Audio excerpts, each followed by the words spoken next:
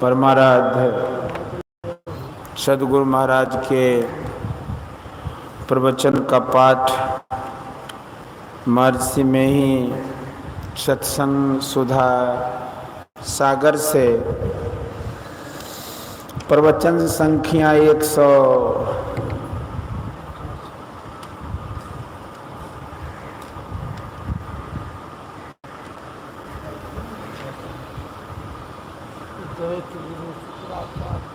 85 दैत्य गुरु शुक्राचार्य की युक्ति। धर्मानुरागिनी प्यारी जनता, यहाँ के प्रेमियों ने मुझको सत्संग के निमित्त बुलाया है, इसलिए मैं पहले आप लोगों को सत्संग के बारे में कहूँगा। सत्संग में 2 शब्द है, सत और संग। सत्य के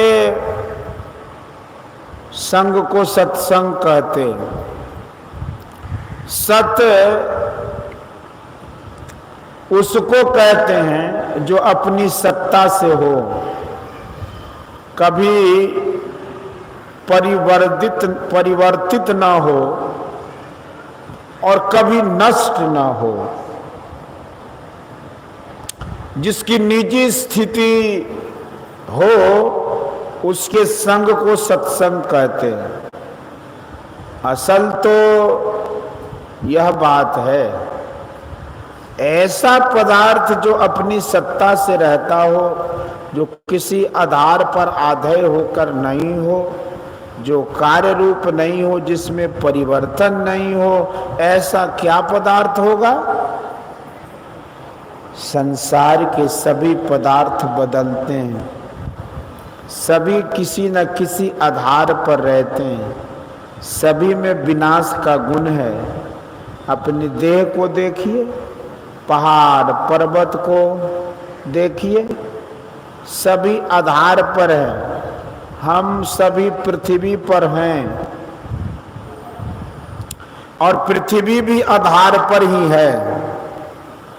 चाहे आप पौराणिक बातें लीजिए तो कहेंगे कि शेषनाग पर है, यदि विज्ञान को लीजिए तो यह सूर्य के आधार पर है।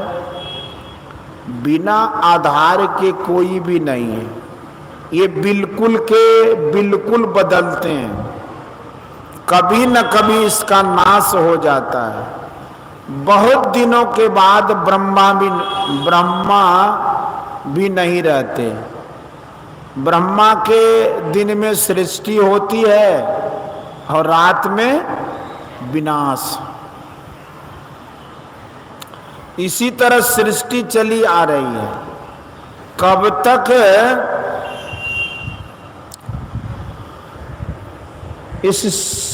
इस तरह बदलती रहेगी ठिकाना नहीं है। कोई कहते हैं कि जिससे यह सृष्टि होती है वह भी नहीं रहेगी। सृष्टि प्रकृति से होती है, प्रकृति भी कभी न कभी लय हो जाएगी। कहते हैं कि जो जिससे उपजा है वह उसी में समा जाएगा।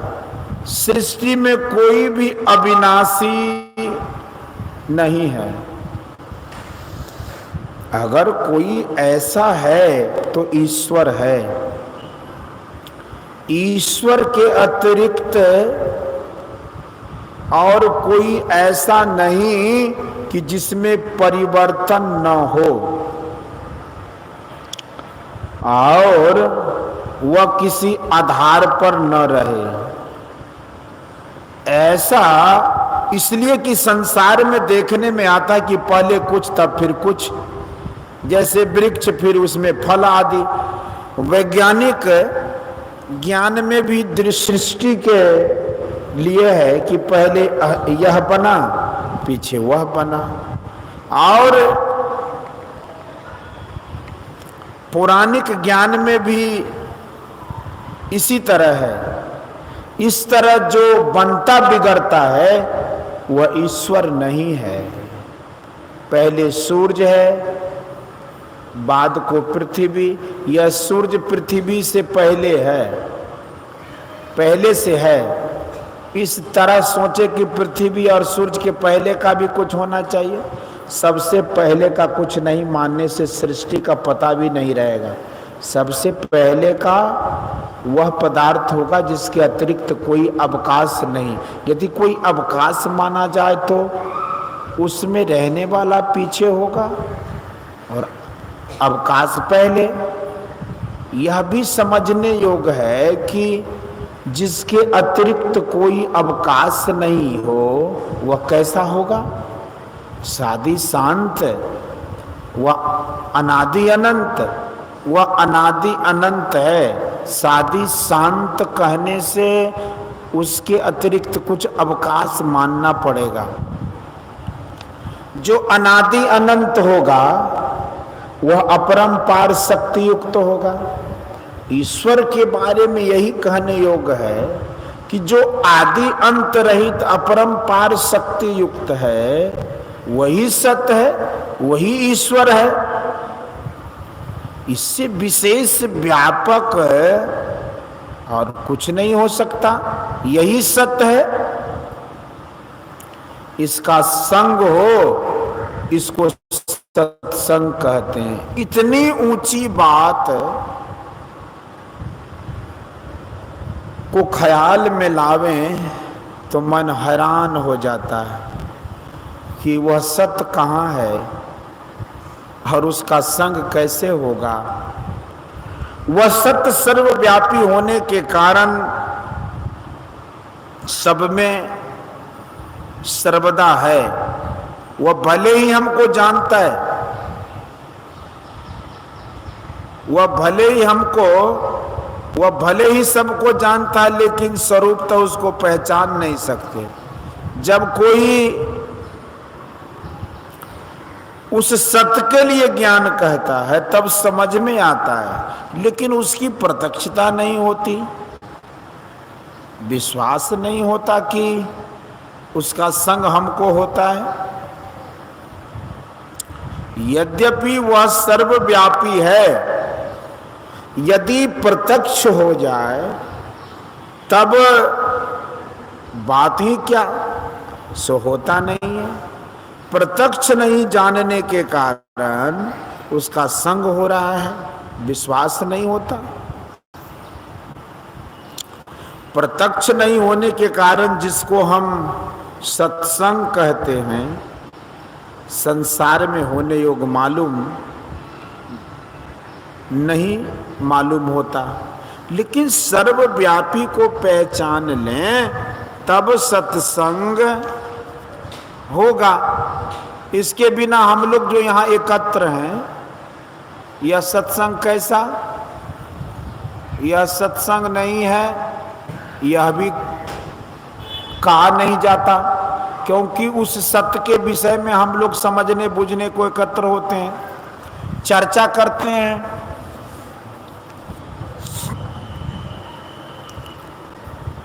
इसलिए यह भी सत्संग है। लोग कहेंगे कि सत्संग से लाभ क्या होता है? किसी काम के करने से लाभ हो तब उसमें प्रेम होता है, करने में मन लगता है। गोस्वामी तुलसीदास जी ने कहा कि सत्संग से क्या लाभ है? लोग ज्ञान, जस, सुगति, ऐश्वर्य और शीलता चाहते हैं, लेकिन झूठी शीलता नहीं, जैसा कि हम लोग कभी कभी बरतते भी हैं। कबीर साहब ने कहा है कि मन में आन बगल में छुरी। सत्यता और नम्रता से बरतने को शीलता कहते हैं। कथा है कि एक बार जब इंद्र का राज छिन गया था, तब उसने देवगुरु बृहस्पति से उसकी पुनः प्राप्ति के लिए उपाय पूछा। सदयुक्ति बताने में बृहस्पति जी को असमर्थ पा इंद्र ने दैत्य गुरु शुक्राचार्य से जिज्ञासा की। शुक्राचार्य ने कहा कि तुम प्रहलाद की सेवा करो, और जब वह तुम्हारी सेवा से प्रसन्न होकर कुछ मांगने के लिए तुमसे कहे, तब उनसे कहना कि आप अपनी शीलता मुझे दीजिए। शुक्राचार्य की युक्ति इंद्र को भाई। उसने छद्म वेश में प्रहलाद के दरबार में जाकर विविध सेवा करनी आरंभ कर दी। कुछ दिनों के पश्चात इंद्र की सेवा से प्रसन्न होकर एक दिन प्रहलाद ने कहा कि तुम कुछ वर मांगो जो तुम चाहते हो। इंद्र ने कहा कि आप अपनी शीलता दीजिए। प्रहलाद समझ गए। उन्होंने कहा कि आप इंद्र हैं, मेरे गुरु महाराज जी ने जो आपको सिखाया है, मैं अपनी शीलता तो आपको दूंगा ही, साथ ही आप अपना राज भी ले लीजिए। तुलसीदास जी कहते हैं कि मत की रति गति भूत भलाई, जब जही जतन जहाँ जही पाई, सो जानब सत्संग प्रभाऊ, लोक वेद न आनु पाऊ। सत्संग से क्या नहीं मिलता है। आप मनुष्य हैं, आपको जो मिलना चाहिए सभी सत्संग से मिलते हैं। मनुष्य है, ज्ञान नहीं है, तो किस काम का वह है। यश नहीं है, अयसी है, उसका जीवन किस काम का है। मनुष्य शरीरधारी जीव को ये पांचों बातें चाहिए। सत्संग के बिना इसका मिलना नहीं हो सकता। देवगुरु बृहस्पति जी महाबुद्धिमान ज्ञानवान थे। उनके पास इंद्र गए, गोया सत्संग किया। शुक्राचार्य के पास इंद्र गए, वह भी सत्संग हुआ। प्रहलाद की सेवा में इंद्र रहे तो ऐश्वर्य भी लाभ हुआ। सत्संग से बढ़कर कुछ नहीं है, कहा नहीं जा सकता। हम लोग कि ईश्वर की चर्चा करते हैं, यह सत्संग है। महात्माओं का, संतों का संग भी सत्संग है। प्रहलाद भी भक्त थे, उनका संग सत्संग हुआ। ऐसे महापुरुष नहीं मिले तब कैसे सत्संग हो। ग्रंथों में उन महापुरुषों का ज्ञान है, उनके ज्ञान का संग भी सत्संग है। दूर दूर मित्र होते हैं, पत्र से समाचार जानते हैं, चिट्ठी आदि मुलाकात है। संतों का ज्ञान उनकी ओर से, उनके ग्रंथों के द्वारा हमको मिलता है, यह भी सत्संग है। इसलिए हम लोग संतों का कोई न कोई वचन अवश्य पाठ करते हैं। हमारे सत्संग का यह आधार है। कोई बुद्धिमान कहते हैं कि किताब पढ़ने की क्या जरूरत है, जो तुम जानते हो कहो। मैं कहता हूँ कि तुलसीदास जी आदि संतों के सामने मेरा ज्ञान तुच्छ है। उनका ज्ञान लेकर मैं कहता हूँ तो इसमें क्या हानि है। आप विद्वान हुए हैं, कॉलेजों और विद्यालयों में दूसरे की किताब पढ़कर ही। उत्तर भारत में भगवान बुद्ध के बाद कबीर साहब, पूर्व में गुरु नानक साहब पश्चिम में हुए, गुरु नानक साहब पश्चिम में हुए, काशी में कबीर साहब भी और गोस्वामी तुलसीदास जी भी दोनों हुए। उत्तर भारत में सूरदास महाराज भी हुए हैं। ये सब संत होते हुए इस ऐसे संत हुए हैं कि इनके प्रवचनों के द्वारा हमको सत्संग हुआ करता है। इसलिए सत्संग के वास्ते हमारे गुरु महाराज भी सदग्रंथों का सहारा लेते थे। हमारे गुरु का ज्ञान हमसे कितना अधिक था, ठिकाना नहीं। जब वे ग्रंथों का सहारा लेते थे और हमको भी आदेश दे गए, तब क्यों न पाठ किया जाए। अभी तुलसी कृत रामायण का पाठ हुआ, आपने सुना। जीवन मुक्त ब्रह्म पर चरित सुनाई तज ध्यान, जे हरि कथा न कर ही रहती तिनके ही ये पाषाण। जो मुक्ति प्राप्त करे हुए मुक्त हैं। मुक्ति का अर्थ है छूट जाना। किससे छूट जाना? बंधन हो तो उससे छूट जाना मुक्ति है। बंधन क्या है? जिसको है तो कहा जाता है कि जीवात्मा को बंधन है। शरीर के बंधन से छूट जाना मुक्ति है। जीवात्मा शरीर नहीं है, बल्कि बाली मारा गया, उसकी स्त्री तारा रोती थी, तब श्री राम ने कहा कि छितजल पावक गगन समीरा, पंच रचित अति अधम शरीरा, प्रकट सो तनु तब आगे सोवा, अजीब नित तुम कही लगी रोवा। भगवान श्री कृष्ण ने महाभारत युद्ध में अर्जुन से कहा था कि तुम किसको मारोगे? किसको मारोगे? कुरुक्षेत्र के मैदान में जितने लड़ने आए हैं ये पहले नहीं थे और पीछे नहीं रहेंगे, ऐसी बात नहीं। शरीर बदलता है, आत्मा अविनाशी है। इस शरीर में जीवात्मा है और शरीर के बंधन में है। शरीर के बंधन में रहने से क्या होता है यह सबको मालूम है। कभी सुख कभी दुख दिन रात की तरह आता जाता रहता है। कभी लगभग 14 घंटे की रात और कभी 14 घंटे का दिन होता है, लेकिन बराबर न रात रहती है न दिन रहता है। उसी तरह दुख कभी अधिक कभी कम। कभी पांडव बड़े सुख में थे और कभी भीख भी मांगी, कभी नौकरी भी की। नौकरी में युधिष्ठिर ने मार खाई, द्रौपदी ने भी। हाँ जी, महारानी सीता भी रोई। एक बार कौन कहे, 2-2 बार। सूरदास जी ने कहा कि ताते से ये दुराई, संपत्ति विपत्ति विपत्ति सो संपत्ति देह धरे को यही सुभाई, तरवर फुले फले परिहरे, अपने का नहीं पाई, सरवर नीर भरे पुण्य उमरे सूखे खेह उड़ाई, द्वितीय चंद्र बाढ़त ही बाढ़ घटत घटत घट जाई। सूरदास संपदा आपदा जिनको उपति आई। संपदा व आपदा, किसी का विश्वास नहीं करो कि यह सदा रहेगी। यह तो प्रत्यक्ष अपने देश में हुआ। अंग्रेज बात की बात में भाग गया, जमींदारों की जमींदारी चली गई। बहुत बहुत जमीन भी अब किसी के पास नहीं रहने को। कभी भारत बड़ा धनी था और अब भारत ऋणी है, लेकिन यह सदा ऋणी रहेगा ऐसा नहीं। इस शरीर में कभी सुख कभी दुख होता है।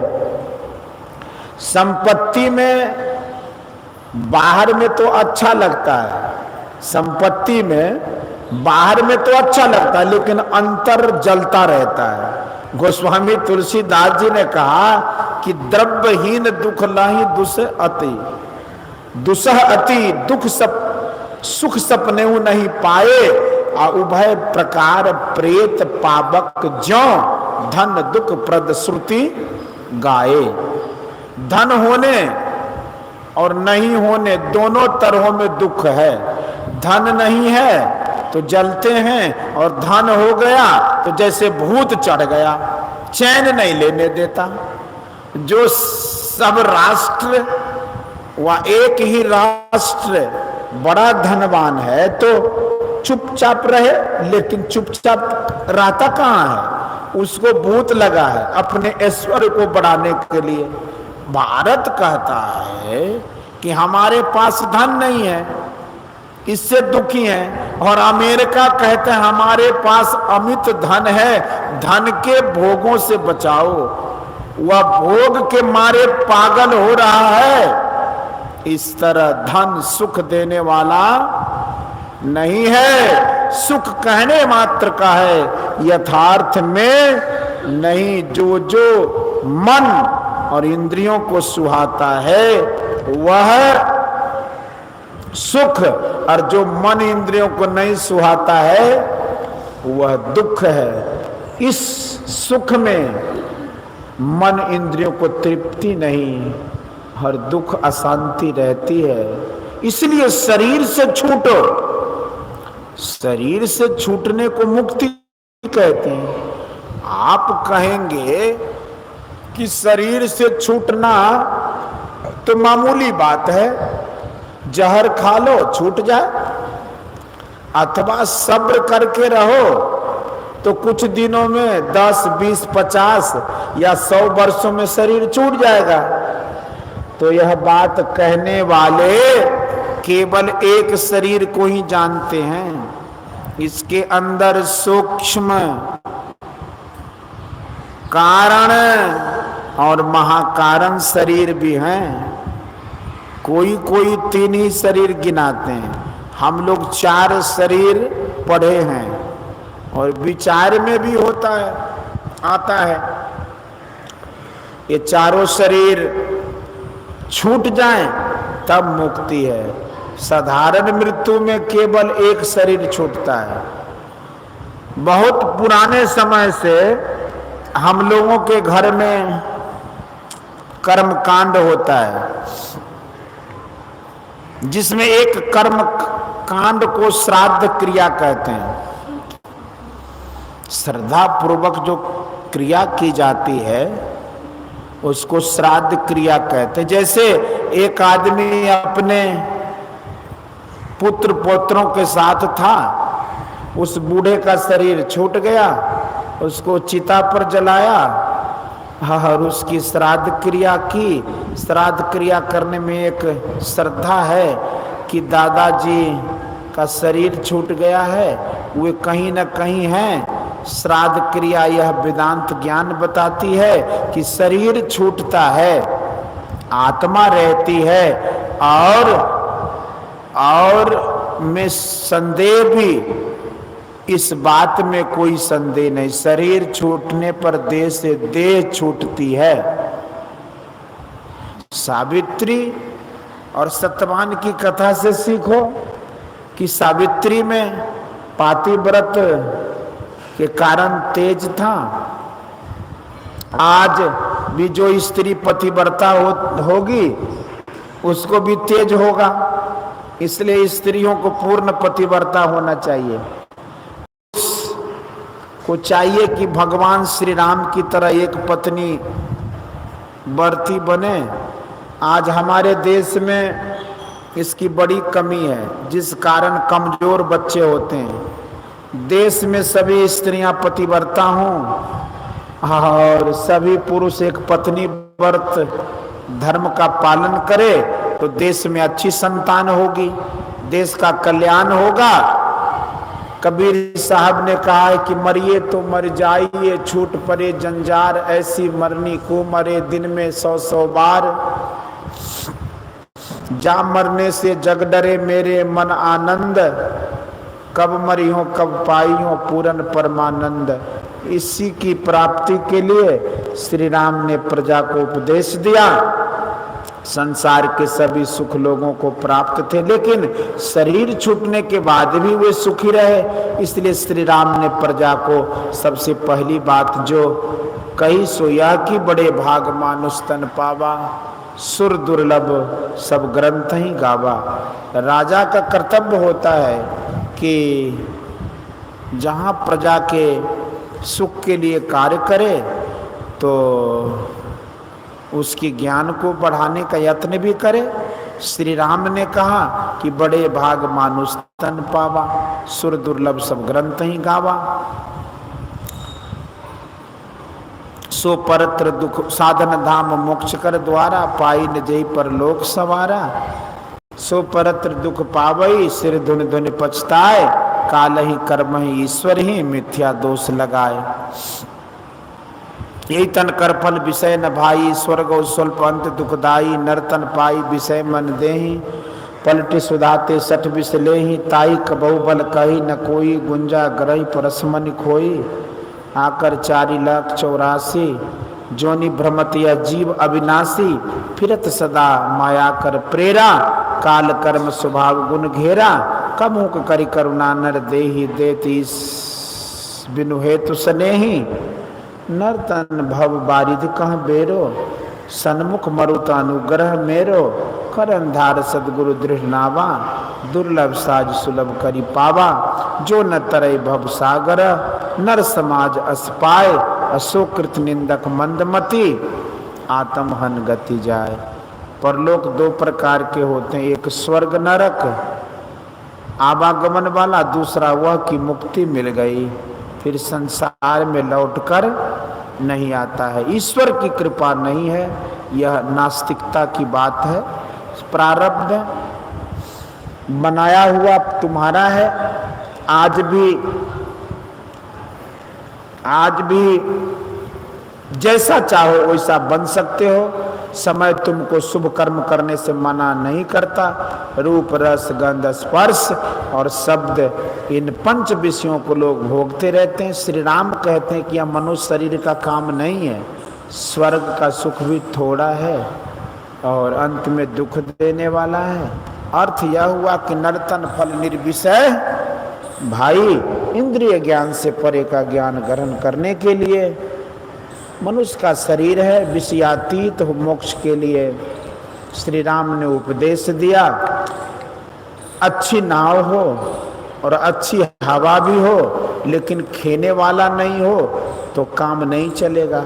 मनुष्य शरीर नाव, ईश्वर कृपानुकूल वायु है और खेने वाला सदगुरु हैं। सदगुरु उसको कहते हैं जो सदज्ञान जाने, उस ज्ञान के अनुकूल रहें और दूसरे को सदज्ञान का उपदेश दे।